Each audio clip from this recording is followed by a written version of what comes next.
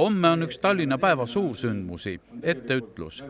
Nagu mullu korraldatakse see tänavugi veebi vahendusel. Inimesed on üldiselt seda meelt, et sellest tuleks osa võtta. Ma ei ole sellele mõelnud, kuigi ma olen ise eesti keele õpetaja. Siis peaks eesti keel teie jaoks väga tähtis olema. Väga tähtis, hästi oluline on ja ma õpetan just vene lastele eesti keelt. Nii et ma hindan väga seda, mida praegu teeb meie riik selleks, et säilitada meie eesti keelt. Ja Tallinna linn samuti, nii et eesotsas linnapeaga, nii et suured tänud kõigile selle eest. Ma arvan, ma võtan osa, ma olen varem ka võtnud. Ja kuidas on varem läinud? Hästi. Kui tähtis teile eesti keel on? Väga tähtis. Kuigi ma elan siin Lasnamäe kandis, aga eesti keel on ikka väga tähtis. Kas siin on sageli olukorda, kus eesti keelega hätta jääb? No vahel on. Vahel on selles osas, et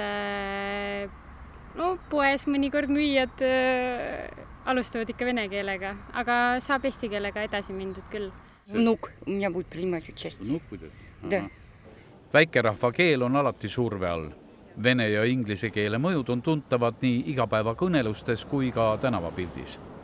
Kuidas tuleks aga emakeelt hoida, uurisime kirjanikult Andrus Kivirähkilt. Eks eesti keelel on alati võõrkeeled peale tunginud, et omal ajal ju oli suur probleem, et haritud eestlased rääkisid omavahel saksa keeles ja siis saigi ju selline algus eesti keele propageerimine, et haritud eestlased hakkasid ka kodus oma naise ja lapsega rääkima eesti keelt ja see tundus algul väga kuidagi revolutsiooniline või et kuidas siis nii, et eestlane, kes tahab olla haritlane, et nüüd räägib maarahva keeles ja ei räägigi saksa keeles omavahel.